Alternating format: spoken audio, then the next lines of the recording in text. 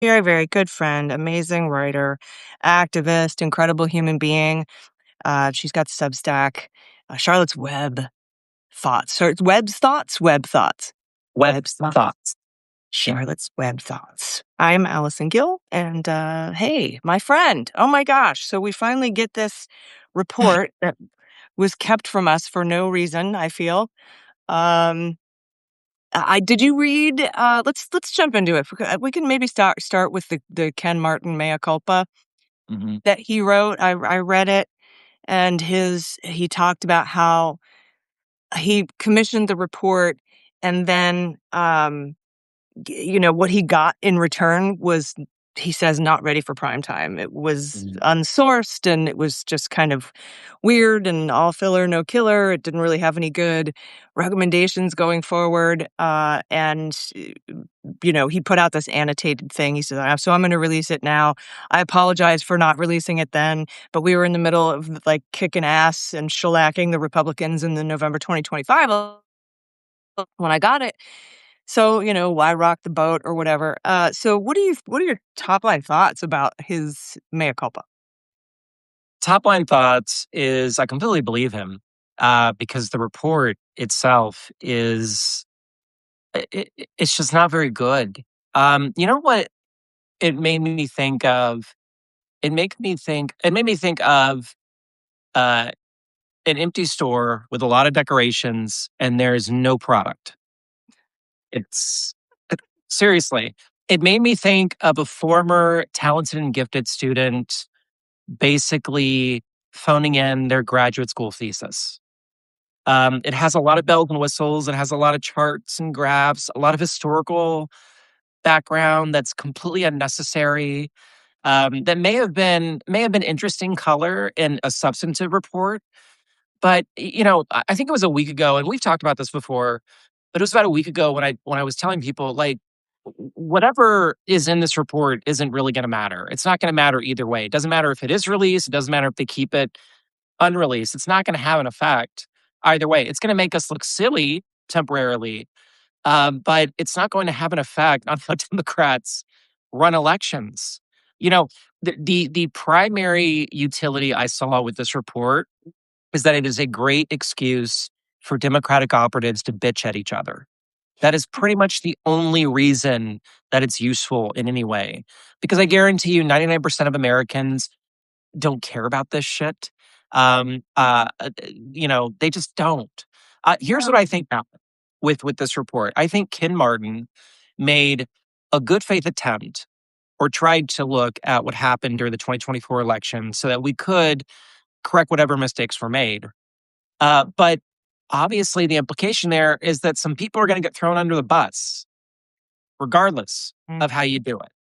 And Democrats, we tend not to be good at, um, I would say, criticizing each other in public, in the ways that are deserved, perhaps.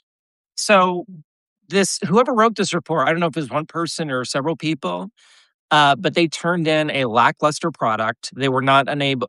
They were unable to have the guts, whatever they believed. They were unable to have the guts to actually be substantive. And he got the report, and he said, "This is dog shit," because it is. It is a dog shit report. It's going to make us look silly and ridiculous. So we're just going to table this. We're not going to spend any more money on it. We're going to just hope it goes away and focus on beating Trump, which at the time I think was the right instinct, but the way he sold it to the public, I think what he should have done when he got this draft, it is a draft, by the way, but it's not a very good draft. It did not seem like a draft aiming toward anything that would be worth the money. But I think he thought, let's just put out a statement, hope it goes away. What he should have done and said, hey, look, we hired some consultants to do this. They did not do a very good job of it. We are not going to spend any more money on this because it would just be money that we're burning. We're just going to focus on beating Trump. That's what we're going to focus on. But he didn't do that. He got really scared. Not really scared. He got intimidated by the political environment. He thought he could make it go away, and then it just became this bigger thing. And now we have this nothing burger in front of us. Yeah, he Streisand affected it, because then there started to become the fight among Democrats started to become what they were hiding from the public. And, my thought this whole time, late last year when the report was reported that the report wasn't going to come out or whatever, I was like, look, I don't need a report to tell me that you don't switch candidates 100 days before an election. I don't need a report to tell me that you have an extremely old incumbent who was forced out and he probably should have left earlier or we shouldn't have forced him out. I don't need a report to tell me any of that. Um, we seem to be doing well in our elections. We seem to be doing well in the polls. Let's focus on that. And I don't need a report to tell me we need to talk to voters instead of telling them what they want. We need to hear what they want. And, we need to style our campaigns like Mom Donnie did, for example. Yeah. Whether you agree with his policies or not, go out, talk to the people, find out what they want, and run on that. Like I don't need an autopsy to do that. But I am with you. He should have just come out when he got this pile of garbage and said, first of all, he should have said who did it. I would like to know who wrote this report. And this is not up to snuff. We don't feel good putting our names on it. Here it is. Look at it. It's lame, or I'm sorry, it's garbage. And there's no, I mean, here it is, but it's not telling us anything we didn't already know, or it's, like you said, all filler, no killer. There's nothing substantive here. And so, what you end up with is a bunch of folks who are very upset, rightfully so, that nothing was mentioned about Palestine, nothing was mentioned about Gaza, nothing was mentioned about Israel, nothing was mentioned about Bibi Netanyahu, nothing was mentioned about not going door to door or not meeting people where they are or social media campaigns or whatever. And so everybody just sort of speculated that that was in there and we were hiding it from everyone. And that just caused more fights. So I'm really interested in who wrote this. Was it Booz Hamilton? Like who did this? Because Ken said specifically, I didn't want it to be anybody involved in the 2024 campaign. I didn't want me to be involved in it. I didn't want to put my thumb on the scales. I didn't want the DNC to put their thumb on the scales. But one of the things that I've continually said for the last, I don't know, 8 years or so is we're not 9. You can level with us. If something is, just tell us what's going on. Like when Merrick Garland didn't say a word for 2 years about anything that he was doing behind the scenes or not doing behind the scenes. We're all sitting there leaving this huge vacuum for people to fill with conspiracy theories about what's going on. Tell us. We're not 9, and I get sort of tired of being treated like I can't handle it because like you said, 99% of people aren't gonna know and aren't gonna care.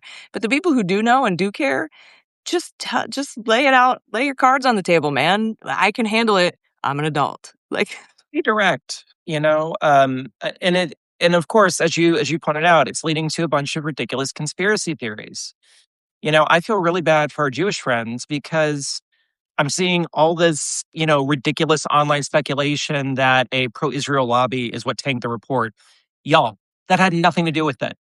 This is literally a consultant or some consultants who are hired to deliver a critical product. They completely failed to do the work or to take it seriously because this would never pass. Again, this would never pass a grad school rubric for a thesis. I It read was it and I was like, just I write better than this. Why who I would have done it for, 50 grand, right? And not however much the DNC yeah. paid for this garbage, like And by the way, you know what? I can sum up a really good autopsy report right now for the Democratic Party. We need to stop being so goddamn defeatist. We need to stop worrying about everything that could go wrong. You know what Americans see when they look at the Democratic Party? They think we are weak. They think we are apologetic for our views. They think we don't have the guts to stand up for what we believe in. They think that we are low energy, mostly. That was the problem in 2024. You had Tim Walz come out, just a firebrand, attacking JD Vance, calling the Republican Party a bunch of weirdos. That played so well. And then they reined him in and told him, hey, you need to chill out on that. We're not going to be, so blunt and in your face. That was a huge mistake. A huge mistake. We need to be the folks who swagger into voter spaces, connect with them, and have a competent vision for this country. The reason we're doing so well in elections right now is that, yes, we have some good candidates in these special elections, but the primary reason is that Trump is incompetent. That is our biggest strength, is that Trump is so thoroughly incompetent. He keeps making a ton of unforced errors. He's openly corrupt. And Americans are looking at that and saying, look, I may not exactly vibe with Democrats, but these people on the right are fucking out of their minds. Yeah. So I'm just going to go with the Democrats and hope things work out well. That is not the stuff of a positive Democratic future. We need to have a bold vision that brings people together and stop being so apologetic about our values. We need to stop backing off when we call for a higher minimum wage, paid family leave, a healthcare system that works for people, holding accountable the most powerful corporate entities in this country, having a fair system. We need to have a square deal. Let's get back to the Teddy Roosevelt roots of the progressive movement. Let's say we're going to create a country where we're going to make sure the system's fair. And then what you do after that is up to you. How much hard work you're willing to put in, what you're willing to do to accomplish your dreams, that's on you. But we're going to make it so that you're starting at least from a fair starting point. That is the key. We don't need an autopsy report to say that.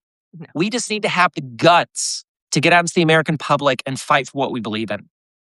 Yeah, and something else I think that the Democratic Party should be better at is not allowing the media to sane wash everything that's happening. For example, right now all these reports are coming out about how the Republican primaries in Indiana, 5 of 7 of them were Trump-backed candidates because of the redistricting thing, how we went against them, how Massey lost, how Cassidy lost, right?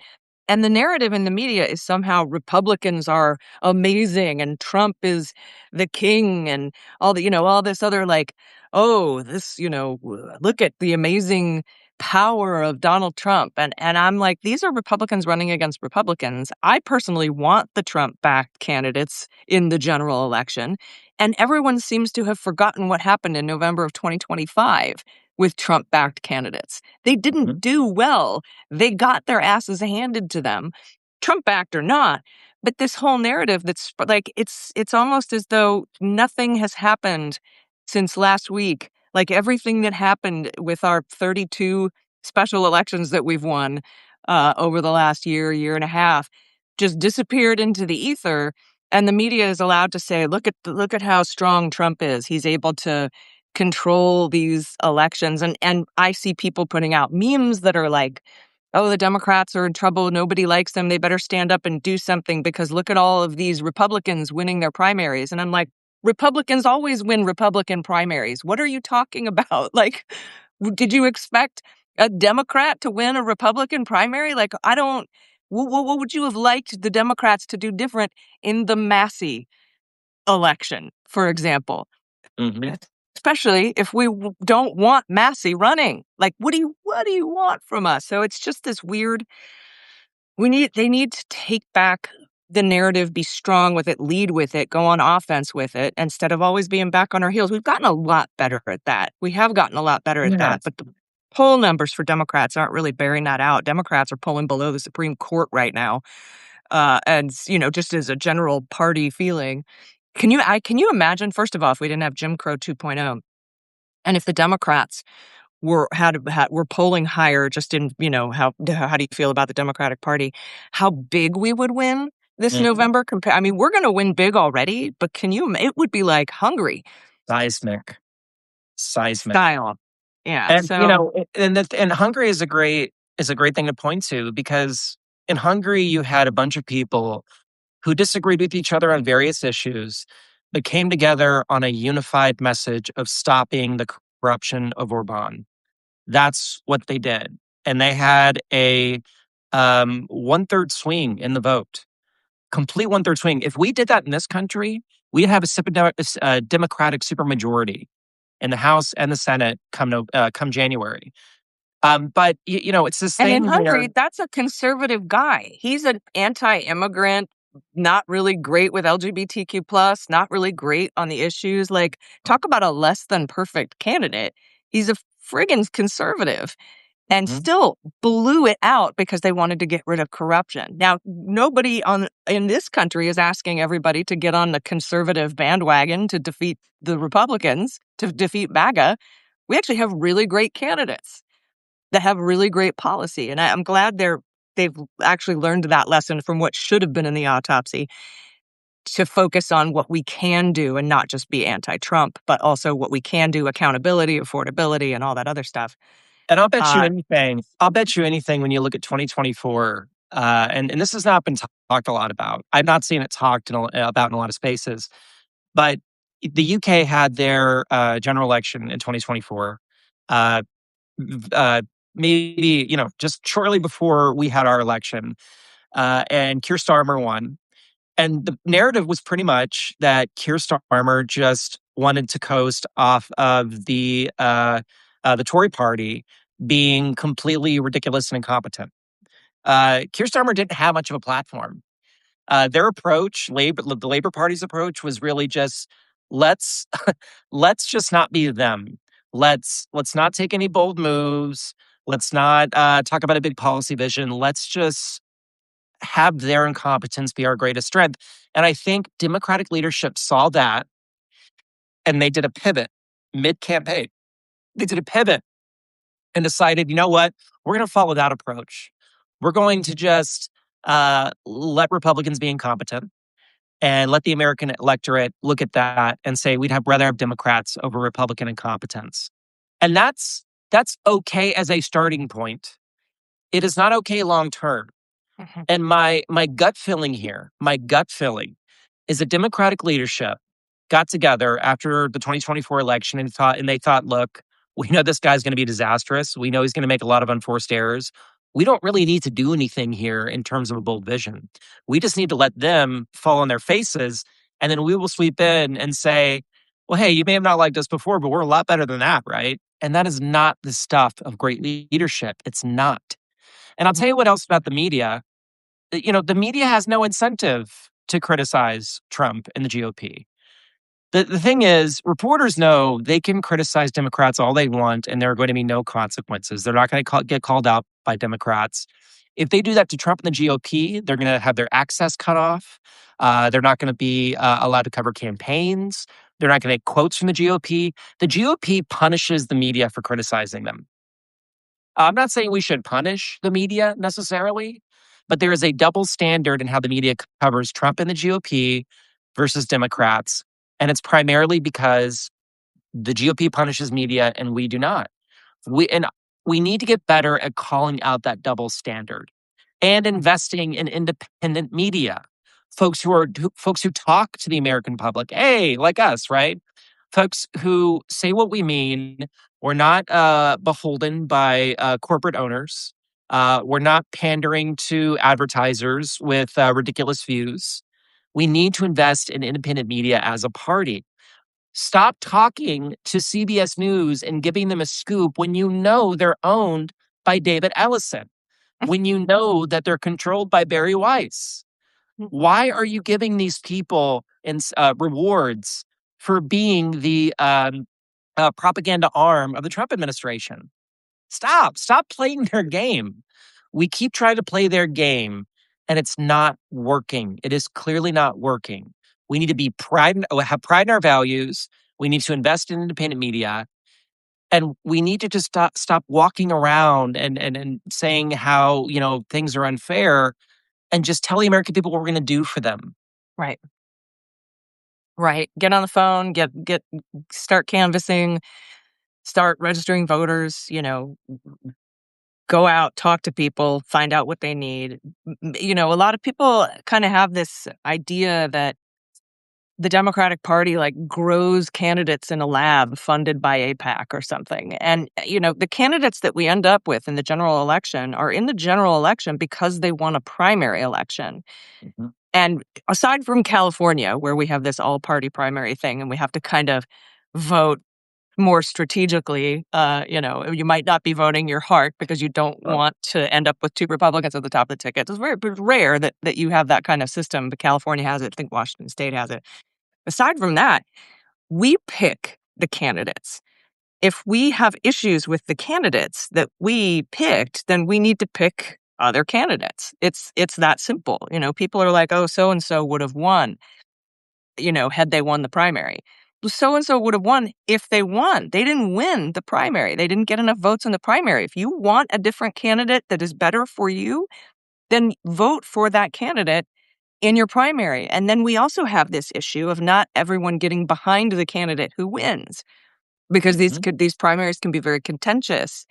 Um, and so I mean that's no one has to do what I do. I vote my heart. I'm super progressive. I vote for the progressive candidate in the primary. And if my candidate doesn't make it, like in the 2016 and in 2020, if my candidate doesn't make it, I still vote for the Democrat, because I know that if we elect the Democrat, we can push those Democrats left. Yeah. If we don't vote or sit it out because that Democrat isn't 100% on all of our 67 issues and a Republican gets in, not only have I lost my seat at the table to push them anywhere, there's no table. There's nothing you could do. And so I wish that was the formula. But I'm also, you and I and folks who are watching this, very plugged in people. We watch the news, we pay attention to things. Like you said, 90% of voters out there are what are called low information voters, which sounds like a slam, but And it's it's not. not. It's not. We need a better term for that. And the reason for that is because they have 9 to 5s, they have kids. Some of them are working multiple jobs. They have busy lives. They get home. They may have an hour so to decompress, spend time with their family. There's not a lot of time in the day for them to keep up on all the news, which is totally fair. That's Yeah. totally fair. I'll Mhm. tell you this though, uh, people get frustrated when they're told to vote because they have heard it so much and they feel like it doesn't work. And I Yep. got to tell you, that is the absolute wrong mindset to have. I keep, whenever I hear a younger voter say, these boomers keep voting against our interests and they're destroying us and it's wrong and I'm angry. I'm like, all right, calm Well, down for they a second. had a 65% turnout and you had a 15% turnout. Like, It remember when Michelle literally the Obama, inverse. Yeah. or the inverse, excuse me. I mean, you remember when Michelle Obama was like, "Would you let your Nana pick your club clothes?" No, Mhm. So I think that's an interesting Like concept. But young yeah, voters, the inverse, right? you need to get out and vote. Like, okay, look at the stats from 2024. Boomers accounted for 15% of non voters, but 30% of voters overall. It was the inverse for voters under 30. Voters under 30 accounted for 30% of non voters, but only 15% of those who actually voted, meaning that boomers were almost 4 times more represented in the 2024 election than voters under 30. 4 times more represented. And that's not on boomers. I'm sorry, it's not. That is not the fault of boomers. That is the fault of you deciding to stay home and your peers deciding to stay home and saying, well, I didn't get everything I wanted, so I'm going to sit out this election. I don't feel sorry for you. I have no sympathy for you if you stayed home. The None. sympathy I have is for folks who are, oppressed. The vote is suppressed for people who, their only DMV is 100 miles away and they have 2 jobs and a couple of kids and, their car has a flat tire and they can't go get an ID that's required in that red state, for example. And so, or whatever the machine, the right-wing voter suppression machine that's been happening for like 4 decades. Everyone, I don't know, it feels like everyone seems to think that it's new. Voter suppression is new. It's been happening since any marginalized group, women, Black voters, got the vote or fought and earned the vote, I should say. It wasn't handed to them. Uh, that, somehow that's an issue. And I also feel for the people who don't get the information because it's kept from them or propagandized or what. I mean, the system works against us in Mhm. so many ways.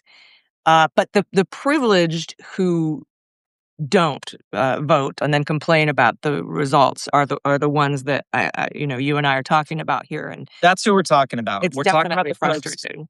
who have access, who can vote, who know how to vote, and choose not to vote. Right. That is ridiculous. And I think bringing up Black Americans is a great example. For all throughout history, ever since Black Americans got the right to vote, and then once Jim Crow was repealed, Black Americans not sit on their hands saying, "Well, the system is unfair. I'm not going to vote." They got out and voted. Mhm. I saw someone in the chat say, Democrats aren't doing enough to listen and engage with young voters. Maybe that's true. Maybe that's fair. But listen, I'm a trans woman in this country. The Democratic Party overall is not speaking to my issues. That doesn't mean I'm going to quit. That doesn't mean I'm going to stay home. Before Election Day in 2024, we warned people who wanted to stay home that this was going to happen. We warned them that there's going to be a widespread corruption, that Gaza was going to be flattened, that healthcare was going to be rolled back, that unemployment was going to skyrocket, that gas prices were going to go up, that the economy was going to teeter, right? We told them, even if you don't like Vice President Harris, even if you're pissed at the Democratic Party, if you stay home and Trump wins this election, it's going to be worse beyond your imagination. And you're not going to get anything. Not only are you not going to get anything, but you're going to lose things if you stay home. And they said, well, we don't want to incentivize Democrats for not speaking to our issues and not being perfect, and not telling us everything we want to hear. Y'all, democracy is not about getting everything you want. It never has been. Well, no, and It it's never will personal for be. you. You and I had a lot of conversations ahead of 2024 about how you were just thrown under the bus. Y'all were just thrown under the bus over and over again. But you didn't stay home. Like, No. and your existence and life hung in the balance, not just like I got a $25,000 student loan forgiveness instead of a $50,000 student loan forgiveness. It was your existence that was under threat. Yes.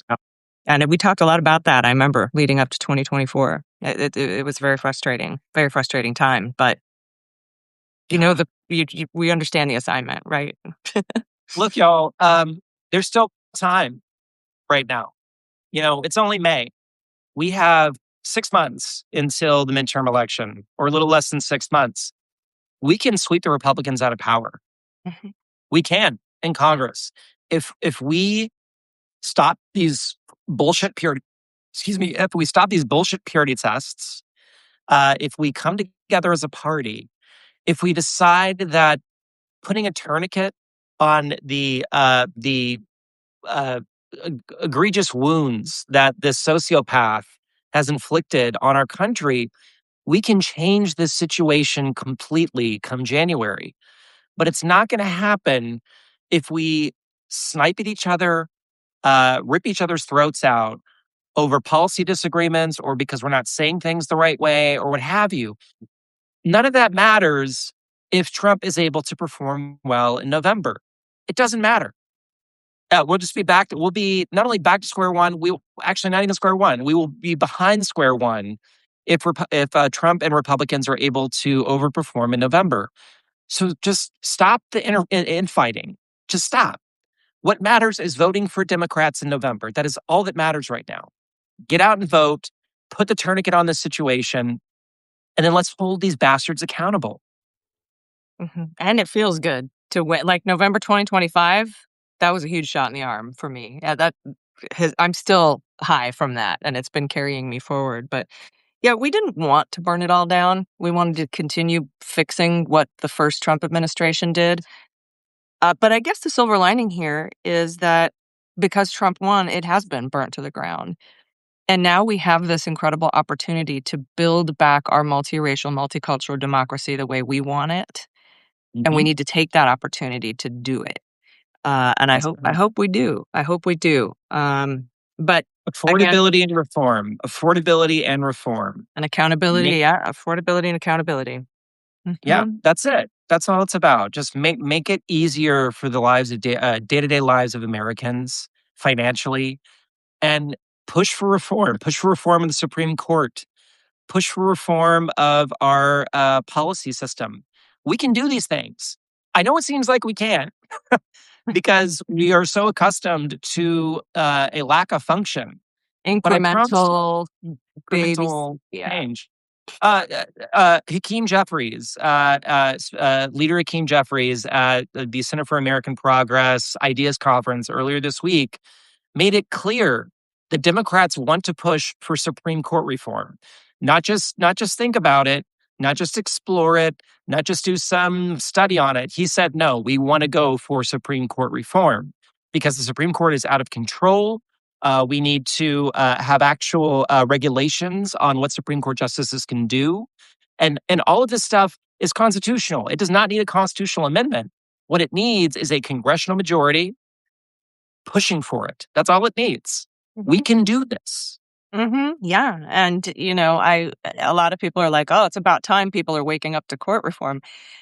But I think people forget, and the media certainly forgot, and we never heard about it, unless you listen to the Daily Beans or read Charlotte Clymer, that Joe Biden was for court reform. He wanted to do senior status and term limits, and he put together a commission on ethics reform and all this other stuff. And by proxy, so did Kamala Harris. They were talking about court reform a while ago, and so it happens. We just don't hear about it, and I think that is kind of on us.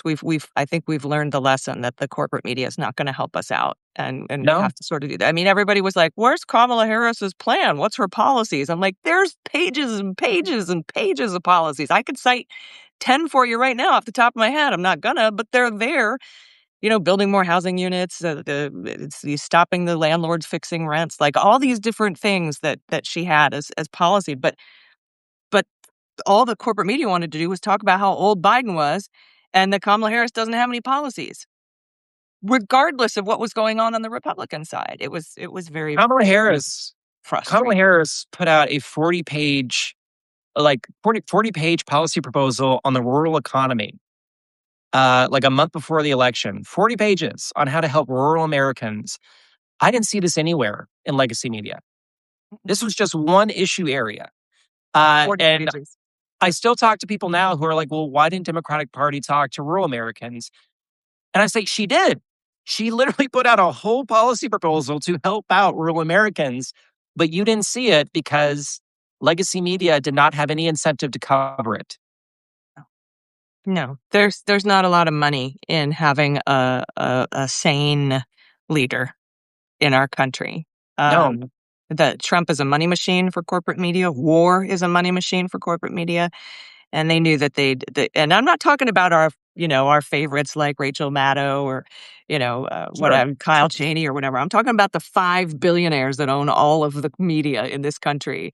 Not us, but, the corporate media in this country. They're definitely not us. They're looking at the bottom line. Their bottom, your bottom line, my bottom line. Get real information to the people in real time. Their bottom line, make money. That's I it. see a lot of Democrats right now, Democratic electeds and some staffers who are like, well, we're afraid to go to creators because we're afraid what legacy media will do to us if we do that. Y'all, legacy media is already attacking you. Legacy media is already putting you on the back foot and applying this ridiculous double standard to how they cover you versus how they cover Trump. You're going to lose even if you do go that way in safeguarding or protecting your relationships with legacy media. If you go and just disseminate this information, these policy proposals, really lean into the creator space, political creators, independent media, what have you, you're going to get this information to the American people in the way that you want it to, in an honest way, in an accurate way. And to more people.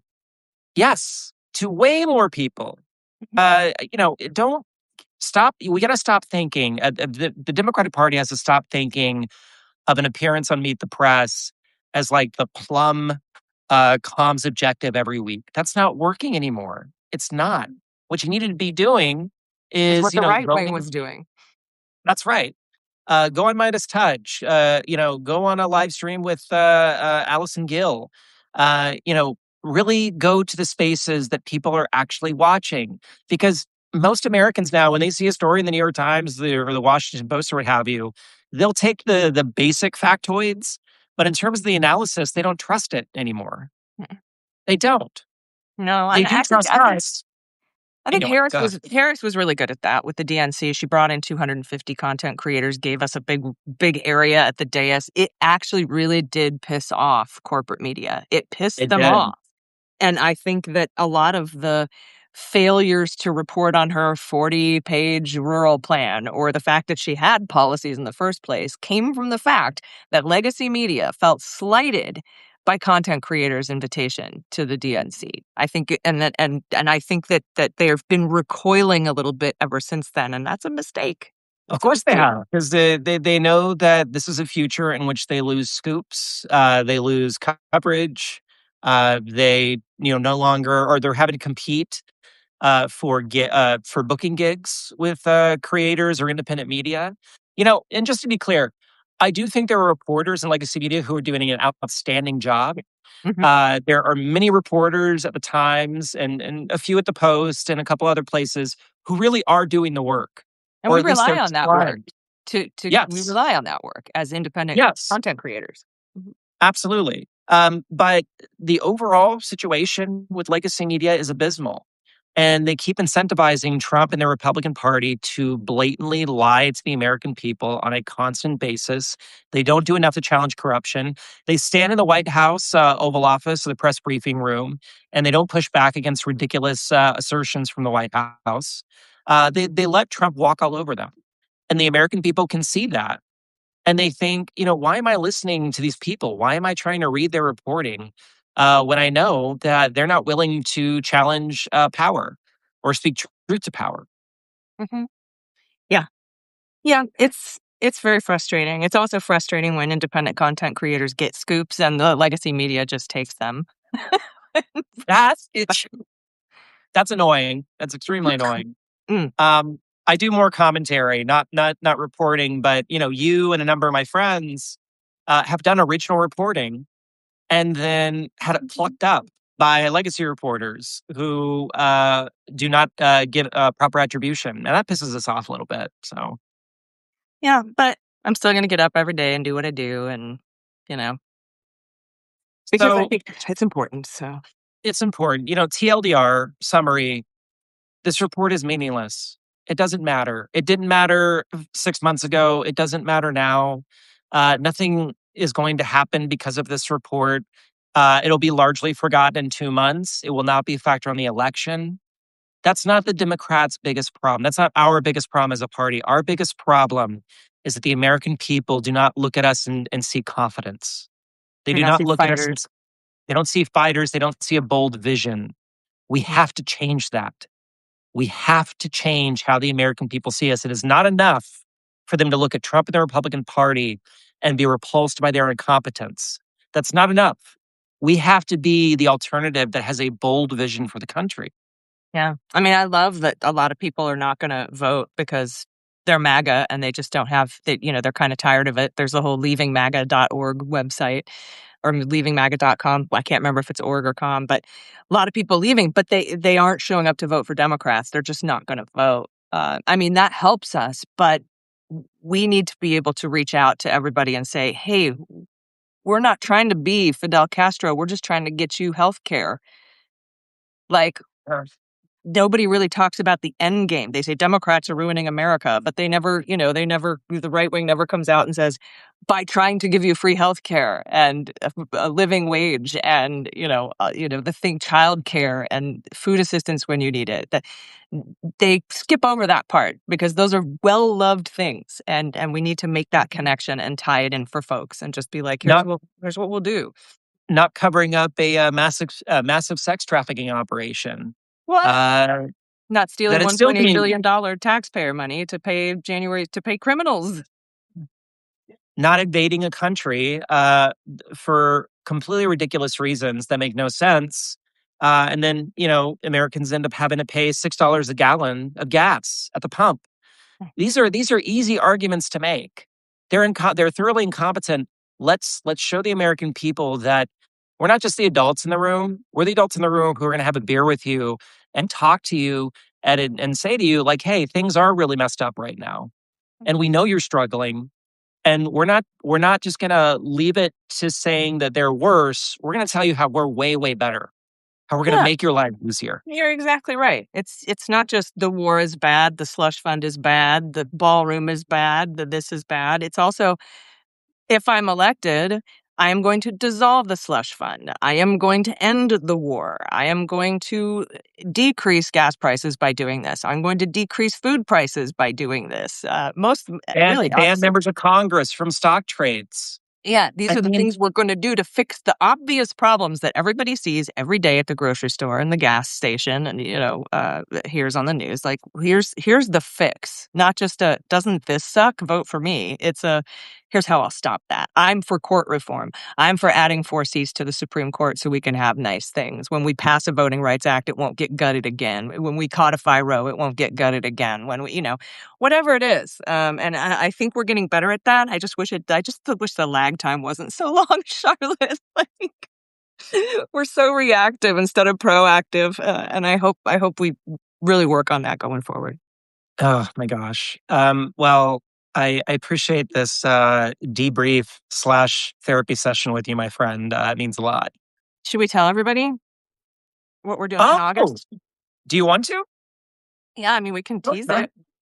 Yeah, let's Uh, tease it. I love it. so Charlotte and I decided, we cover the news. We're steeped in the news all day, every day. It's a slog. It's important work, but we do it out of love and out of duty. But sometimes we just want to talk about good stuff. So starting in August, we're going to do a weekly podcast about Ted Lasso season 4. Mhm. That's right. What are we calling it? Um, uh, Diamond Dames. Diamond Dames Mount Up. Oh, oh, oh, oh, oh, Oh, oh, oh, oh. oh, oh, oh, oh. And just once a week, we're going to shoot the shit about Ted Lasso season 4 and how awesome it is. So I hope And you. it's not going to be a pop up. It's not going to be about politics. It may, occasionally be a political mention, but it really is just going to be about the show because I think we all need a breather. I know that Allison and I work on political stuff like 80 hours a week. We're just going to focus on the show for its duration. Do an episode on. Excuse me. Do a show on each episode after each episode comes out. Um, I'm going to the premiere of Ted Lasso, either in New York or LA, wherever it's going to be, and I want to get you on that list. By the way, Please. um, That would be we're fun. gonna Get some good content. yes, Diamond Dames is the name. We're gonna have a Woo-hoo. we're gonna have a good time. I think it's going to be pretty amazing. It's not that we don't have a place to go subscribe yet, but we'll let everybody know when that comes. Yes. Because I think it comes out August 5th. I think we still got some time. But yeah, I'm really looking forward to those nice conversations. I remember how important Ted Lasso was to me in 2020. Mhm. How desperately we needed that respite. Again, I think we need that in the 3 months leading up to the midterms. So, And really quickly, for folks who don't know what Ted Lasso is, it's a show on Apple TV about a former college football coach who goes to the UK and takes over a professional soccer team, football to the Europeans, but a professional soccer team. I thought it was going to be corny when I first heard about it. I got to tell you, it is one of the best shows on television, and it is so hopeful and funny. One of the best shows made in the past 10 years, honestly. agreed. So everybody watch the first 3 seasons. In preparation for season 4, August 5th, because this time Ted Lasso is back and he is coaching a women's team. And I fucking love that so much. So yeah, there might be a little politics that squeezes its way in there, but it's not going to be, about Trump's arch or whatever that's being built. And it's gonna be way more fun. So looking forward to it, my friend. Thank you for all of this. Everybody, please take a minute and subscribe to Charlotte's Substack. Your writing is I admire it so much. It's the kind of writer I wish I could be. I guess I'm more technical. Um, but you need to read everything that Charlotte puts out. And we're terrible capitalists. It's free, but if you want, you can support what Charlotte does and Charlotte's work by kicking in a little bit every month to make sure that we could just continue to do our jobs because we don't have corporate overlords paying for our shit. So No, we make everything we do free, both me and Allison, and then we hope that people will support it with paid subscriptions. But it's free because we know that a lot of people can't afford it. So it's all oh my, free to read, all free to subscribe. that's my cat right there, and he says definitely subscribe to Yes, Charlotte's Substack. And mine as well if you're not subscribed already. Like I said, everything's free. Terrible, terrible capitalists. My friend, it's always, always good to talk to you. I look forward to talking to you more in the future. I hope you have a wonderful day. yes, ma'am. Mwah. Mwah. Bye.